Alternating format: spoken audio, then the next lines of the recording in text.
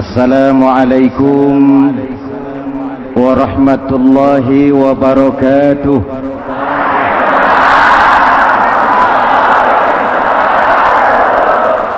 Alhamdulillah wassalatu wassalamu ala Rasulillah Sayyidina Muhammad ibn Abdullah wa ala alihi wa sahbihi wa mawala, amma ba'du. Hadirin hadirat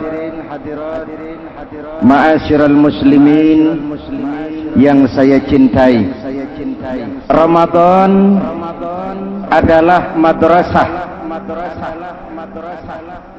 sekolah, tempat di mana kita banyak sekali belajar tentang hidup dan kehidupan, supaya kita lebih siap menghadapi hidup, supaya kita punya wawasan, supaya kita mampu melihat persoalan jauh ke depan, supaya kita tidak terjebak pada keuntungan sesaat tapi merugikan jangka panjang. Malam ini saya ingin mengajak kita semua melihat kurikulum Ramadan. Pelajaran apa yang diberikannya kepada kita? Pertama, Ramadan mengajarkan kita menjadi orang-orang yang sabar, ulet, dan tahan uji. Ini zaman di mana persaingan tajam. Betul? Jangankan jadi pejabat tinggi, jangankan jadi pengusaha sekarang ini, jadi kiai saja kalau tidak sanggup bersaing.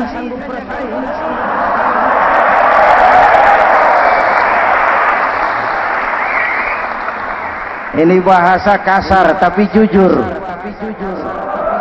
Karena orang sekarang hidup di zaman banyak pilihan.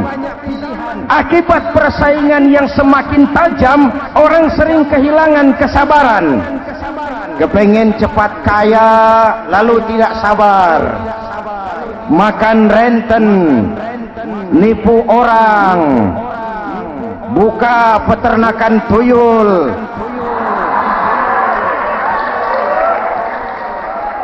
korupsi.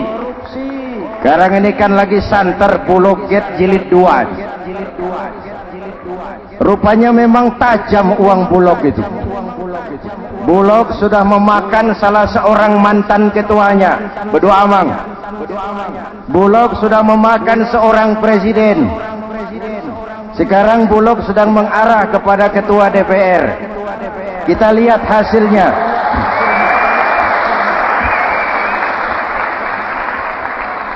Tentu saja kita prihatin karena kita tahu ekonomi kita sedang sulit, hutang melilit leher, tetapi pada sisi lain kita melihat enak saja uang mengalir puluhan miliar untuk sesuatu yang tidak terkait dengan kepentingan rakyat.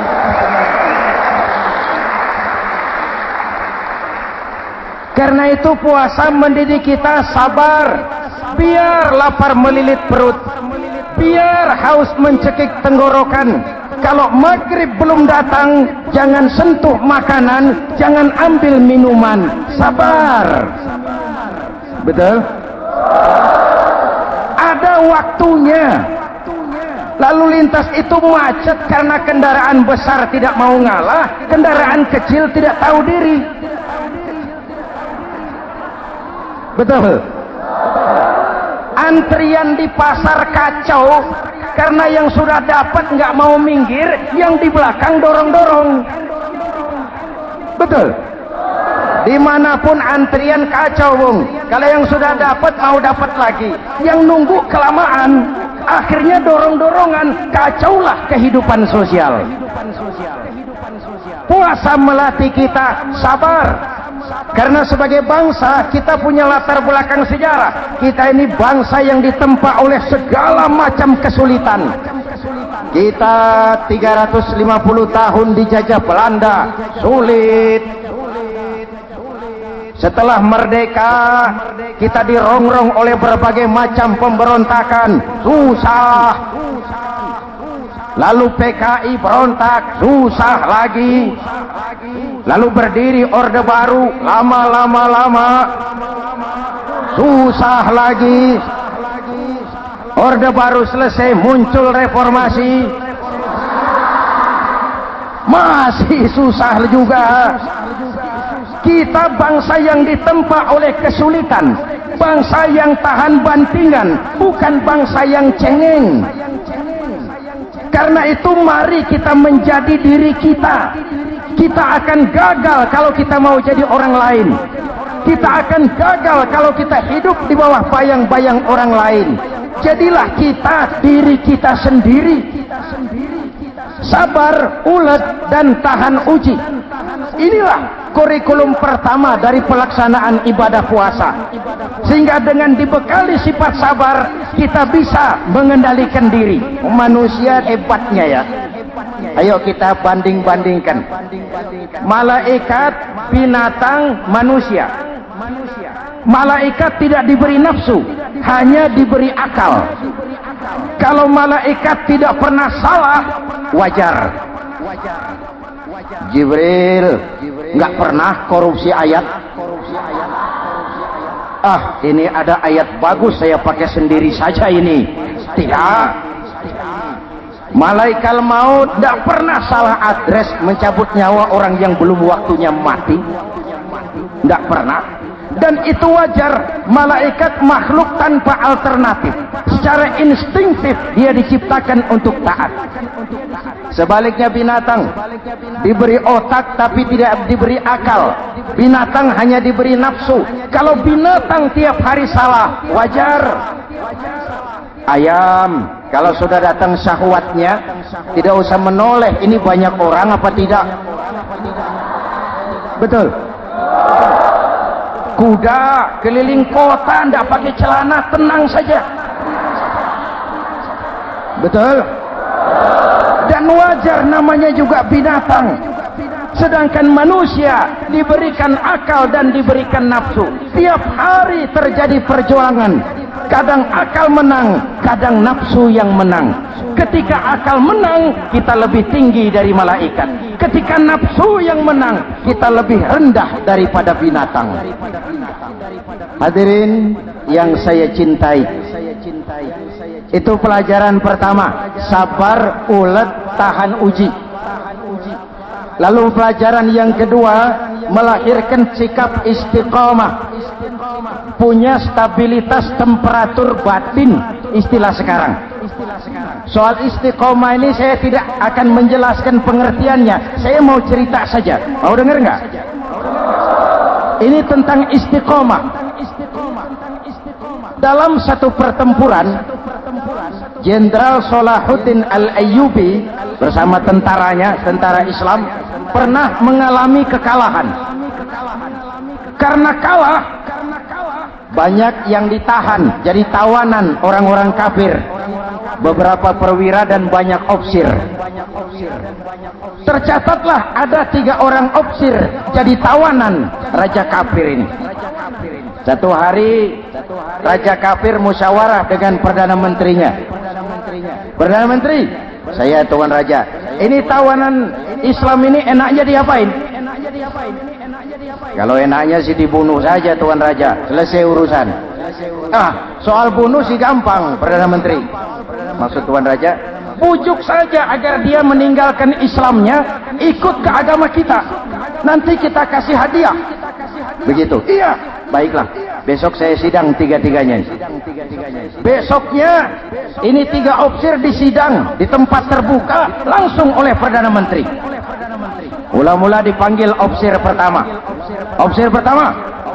Ya, perdana menteri. Sini. Baik.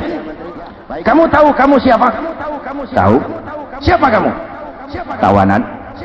Iya, kalau tawanan bisa diatur kan? Diatur bagaimana? Kamu mau nggak ikut saya bersama Tuan Raja meninggalkan Islam agamamu, mengkhianati saudara-saudaramu sebangsa, setanah air, sekeyakinan? Ikut dengan saya, tinggalkan Islam. Nanti kamu akan saya angkat jadi pejabat tinggi, gaji cukup, rumah cukup, kendaraan cukup, istri cukup.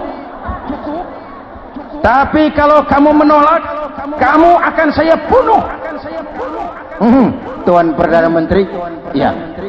Apa Anda menyangka selama ini saya berjuang karena kepengen kedudukan yang tinggi? Nih. Tuan menyangka saya berjuang ini karena kepengen harta yang banyak, jaminan hari depan yang memadai? Tidak, Tuan Perdana Menteri. Saya tinggalkan keluarga, kampung halaman, sanak famili, handai taulan. Saya jihad karena mengharap ridho Allah Subhanahu wa taala. Tapi sekarang kamu tawanan kan? Itu resiko perjuangan. Kamu tidak mau meninggalkan Islam? Tidak. Kamu akan saya bunuh. Silakan. Kamu tidak takut mati? Tidak. Kamu berani? Dari kemarin. Apa dikira baru sekarang saya berani? Tuan Perdana Menteri, saya berharap memang saat-saat seperti ini bisa saya temukan.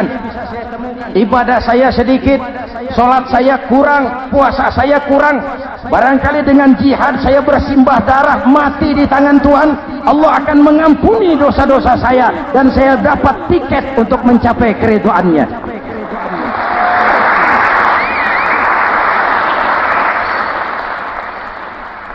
Gila kamu. Biarin.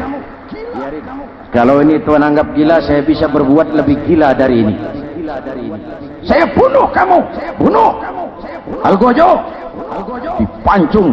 Dio. Ini terlepas kepalanya dari badannya, menggeluntung kepalanya ke bawah, jatuh bergelindingan. Itu kepala lepas dari badan, ngaji, baca ayat Quran sampai Perdana Menteri bingung. Minggir, ini ada kepala ngaji. Ayatnya yang dibaca, ya ayyatuhan nafsul mutmainnah irji'i ila rabbiki radiyatan mardiyah. Wahai jiwa yang tenang, kembalilah kepada Allah dengan diridhoi, masuklah ke dalam golongan hamba-hambaku dan masuklah ke dalam surgaku. Matanya terpejam rapat, bibirnya tersenyum, dia gugur sebagai syahid karena membela keyakinan. Dia istiqamah, tidak goyah oleh tawaran jabatan dan kedudukan yang tinggi.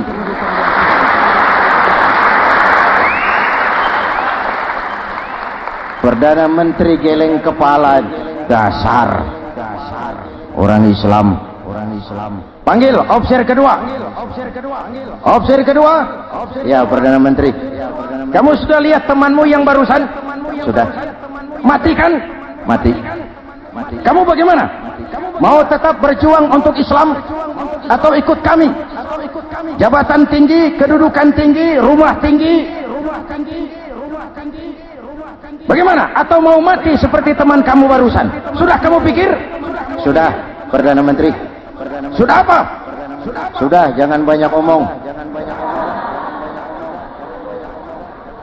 Maksud kamu apa? Saya sudah tidak sabar mau nyusul teman saya yang barusan ini. Saya tidak bayangkan bagaimana disambut oleh malaikat di surga, disambut oleh para bidadari di surga, menggapai ridho Allah. Oh, Perdana Menteri, sudah jangan banyak omong. Kalau mau potong saya. Perdana Menteri bilang ini lebih gila dari yang pertama aja. Yang pertama masih mau diajak ngomong, ini malah langsung minta disembelih.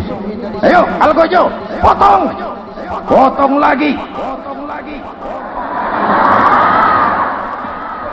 Dia terpisah lagi kepalanya dengan badan, jatuh ke bawah, menggeluntung, ngaji lagi.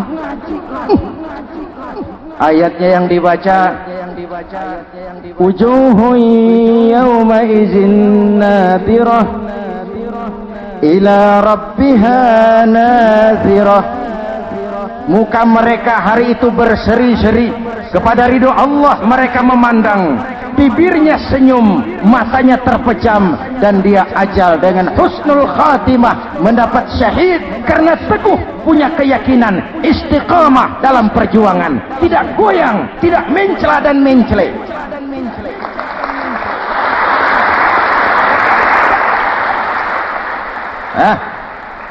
Officer ketiga, sini.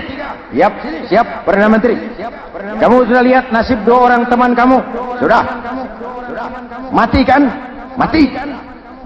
Kamu mau seperti dia? Oh, tidak, Perdana Menteri. Saya tidak mau mati. Daripada mati kan lebih baik hidup. Kamu mau ikut saya? Mau, Perdana Menteri. Mau. Gaji besar, rumah besar, kendaraan besar, istri.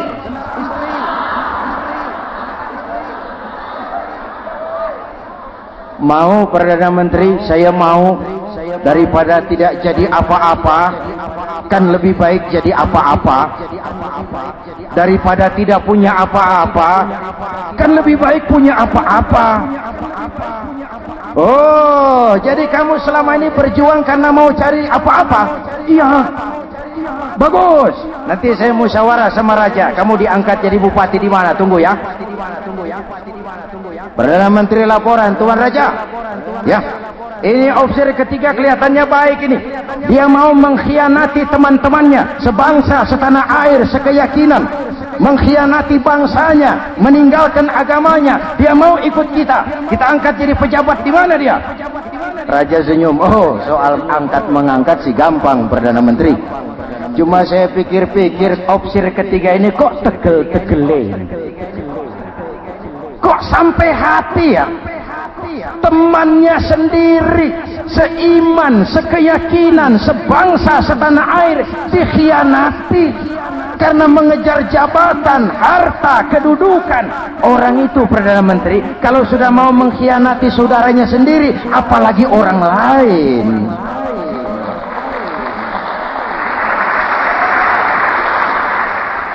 Ini officer ketiga, ini officer bejat. Anda bayangkan temannya sendiri dikhianati. Nanti kalau ada kesempatan, kita ditikam dari belakang. Jadi bagaimana, Tuan Raja? Malah kalau saya lihat yang dua yang sudah mati itu orang hebat, Perdana Menteri. Punya pendirian, istiqamah. Malah kalau bisa yang dua itu dihidupin lagi. Loh, dihidupin bagaimana, Tuan Raja? Sudah kadang mati. Jadi bagaimana ya officer ketiga ini? Bunuh. Buat apa piara benalu jadi duri di kaki nanti? Bunuh.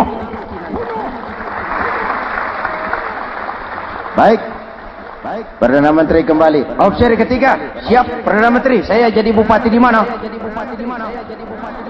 Bupati. Modal sampean. Loh, saya mau dibunuh. Bunuh.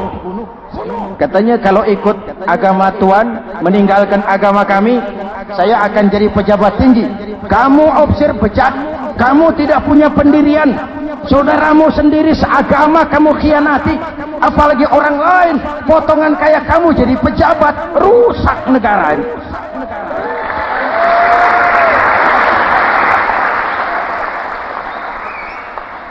Hadirin hadirat yang berbahagia, saya lanjutkan cerita ini. Nanti kesimpulan diambil sendiri-sendiri. Jadi saya mau dibunuh, Tuan Perdana Menteri. Ya, kamu mau dibunuh. Tidak jadi pejabat. Tidak. Kamu bejat. Bejat kok mau jadi pejabat. Nanti juga kalau kamu jadi pejabat, paling kerjamu memperkaya dirimu sendiri, paling banter keluargamu dan golonganmu. Rakyat tetap saja tidak terurus.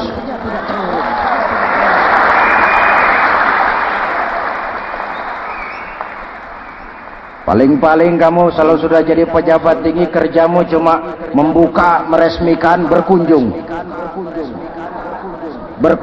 meresmikan, membuka, meresmikan, berkunjung.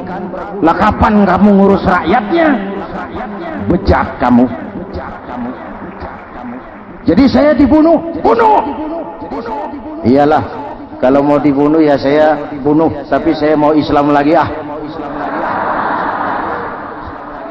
terserah, mau Islam lagi mau tidak, kamu tetap akan dibunuh. Iya, saya mau Islam lagi. Ayo cepat. Iya Pak, saya mau syahadat dulu. Cepat. Iya Pak, asyhadu macet lehernya. Ayo cepat. Iya Pak, asyhadu tidak bisa mengucap syahadat. Ayo cepat. Iya Pak, asyhadu tidak tuntas mengucap syahadat, golok algojo keburu sampai di lehernya. Dia darah mancur, pisah kepala dengan badan, menggeluntung ke bawah. Ngaji lagi. Dia bekas santri, masih bisa ngaji. Cuma ayat yang dibaca lain sama dua temannya tadi. Ayat yang dibaca, afaman haqqa alaihi kalimatul azab, afaman haqqa alaihi kalimatul azab, afa anta tunkizu man finnar. Ini ayat yang dibaca. Orang yang memang sudah dapat vonis akan mendapat azab, bisakah kamu menyelamatkan dia dari neraka? Bertahun-tahun berjuang di bawah bendera Islam untuk kejayaan Islam, di akhir hayatnya dia tergoda oleh kedudukan dan harta, oleh jabatan dan pangkat. Ia bergeser, imannya rapuh, hilang istiqomahnya, ditinggalkan agamanya, dan dalam keadaan begitu dia mati. Dia su'ul khatimah. Na'udzu. Hadirin, apa guna saya ungkapkan ini? Mari kita belajar. Perlu stabilitas temperatur batin. Saya sering katakan, berapa banyak orang waktu di bawah teriak-teriak berantas korupsi, ganyang korupsi, sikat korupsi, cuma karena belum dapat kesempatan. Begitu dapat kesempatan, korupsinya lebih gila dari yang dia teriaki. Betul? Waktu di bawah rajin baca ayat kursi, dapat kursi, lupa sama ayat. Betul? Betul? Ini yang memerlukan sikap istiqamah, konsisten. Hanya dengan semangat seperti ini, maka kita tidak akan goyah oleh tantangan yang bagaimanapun beratnya.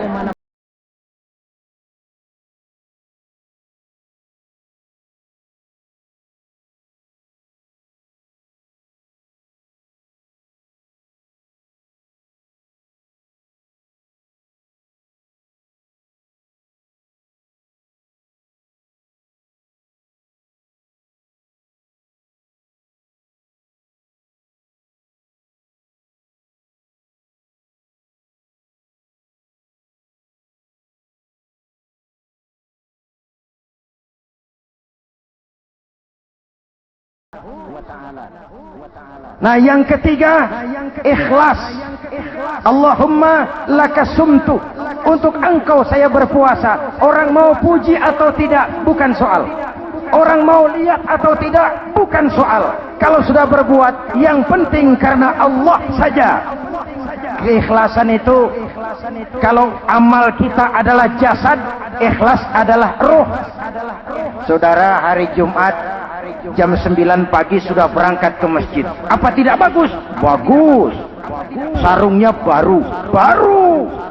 Samarinda kelas PHS. Sajadah tebal. Tasbih panjang. Jam 9 sudah berangkat. Iya, padahal sholat jam 12. Betul. Apa pahalanya besar? Nanti dulu. Itu berangkat jam 9 itu maunya apa? Pameran sarung? Atau di dekat masjid ada janda? Atau apa? Disinilah peran keikhlasan. Keikhlasan itu bukan kata. Malah kalau kita, saya ikhlas loh, biasanya tidak ikhlas kalau sudah ngomong begitu. Ikhlas itu amalan batin. Puasa ini menyelamatkan kita dari penyakit riya. Saya ingatkan Al-Ghazali bilang penyakit dua macam, penyakit zahir dan batin. Bedanya apa? Pertama, penyakit zahir yang punya lebih tahu dari orang lain. Tapi penyakit batin orang lain lebih tahu dari yang punya. Kalau kita punya kanker darah tinggi, kita tahu, orang lain tidak. Tapi kalau kita sombong, hasut, dengki, orang lain kadang-kadang lebih tahu dari kita yang punya. Betul. Yang kedua yang dahsyat, sehebat-hebatnya penyakit zahir cuma merusak dunia. Penyakit batin merusak dunia, menghancurkan akhirat. Ginjal mati, darah tinggi mati, tumor mati, kanker mati, leukemia mati, tapi tidak berakibat akhirat.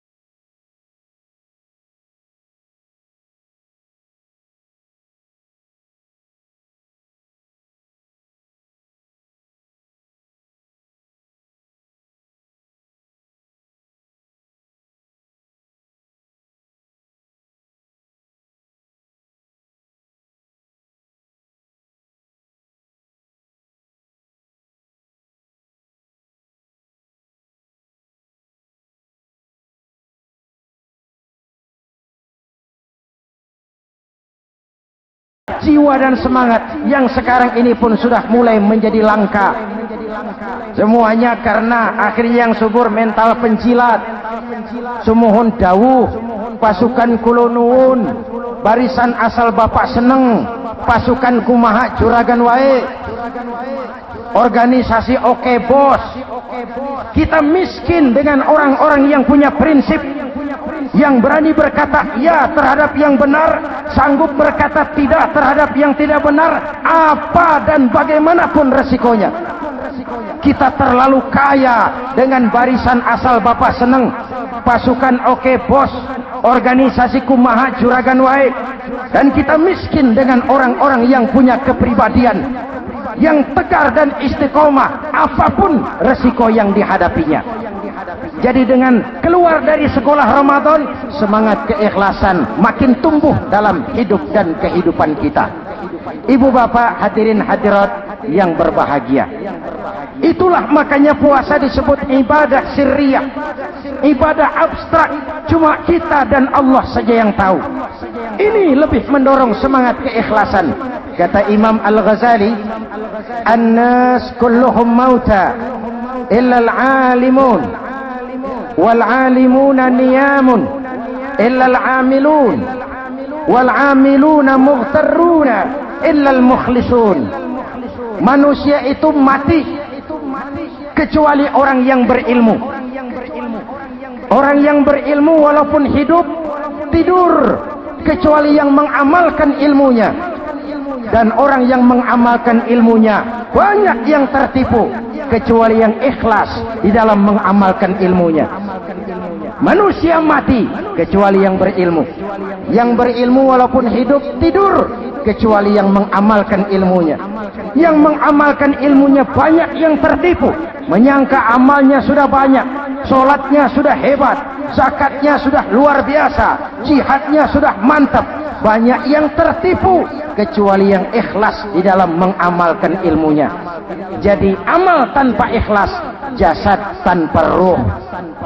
Itulah makanya nuansa Ramadan dengan ibadah puasa mengembangkan semangat keikhlasan di antara kita semua. Mari kita baca doa sama-sama munajat, mohon pertolongan Allah agar kita diselamatkan dari penyakit riya dan ditumbuhkan semangat keikhlasan. Ala hadhihi niyyah wa ila hadratin nabi. Al-Fatihah. Bismillahirrahmanirrahim. Alhamdulillahi rabbil alamin. Ar-Rahmanir Rahim. Maliki yaumiddin. إياك نعبد وإياك نستعين اهدنا الصراط المستقيم صراط الذين أنعمت عليهم غير المغضوب عليهم ولا الضالين آمين. بسم الله الرحمن الرحيم آمين. الحمد لله رب العالمين. اللهم صل وسلم وبارك على سيدنا محمد وعلى آله وصحبه أجمعين. اللهم اجعل جمعنا هذا جمعا مرحوما وتفرقنا من بعضه تفرقا معصوما. اللهم اجعل جمعنا هذا جمعا مشكورا وتفرقنا من بعضه تفرقا مغفورا. اللهم اجعلنا من السعداء المقبولين ولا تجعلنا من الأشقياء المردودين. ربنا تقبل منا صلاتنا وصيامنا وقيامنا وتخشعنا وتعبدنا وتضرعنا وتمم تقصيرنا برحمتك يا أرحم الراحمين. اللهم أصلح من في صلاحه صلاح المسلمين. اللهم أهلك من في هلاكه صلاح المسلمين. Ya Allah, dengan sepenuh perasaan dan pengharapan, dengan segala keremahan dan kerendahan, kami bermohon kepadamu, berikan kami kekuatan zahir dan batin, berikan kami kesabaran dan ketabahan, sikap istiqamah dalam mengarungi hidup yang penuh ujian ini. Karuniakan kepada kami pemimpin-pemimpin yang takut kepadamu dan sayang kepada kami. Rabbana hab lana min azwajina dhurriyyatina qurrata a'yun waj'alna lil muttaqina imama. Afdalu ma qultuhu ana wan nabiyyuna min qabli la ilaha illallah.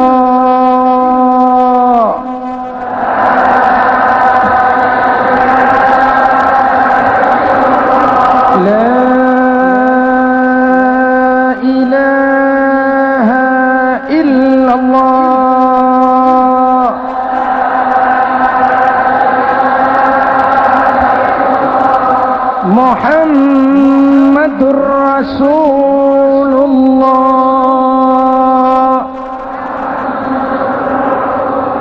Amin. Kalimatu haqqin 'alaiha nahya wa 'alaiha namut wa 'alaiha wa biha nub'atu insyaallah minal aminin birahmatika ya arhamar rahimin. Sallallahu ala sayyidina Muhammadin wa ala alihi wa sahbihi ajma'in. Ana rabbika rabbil izzati amma yasifun. Salamun alal mursalin walhamdulillahi rabbil alamin. Assalamualaikum warahmatullahi wabarakatuh.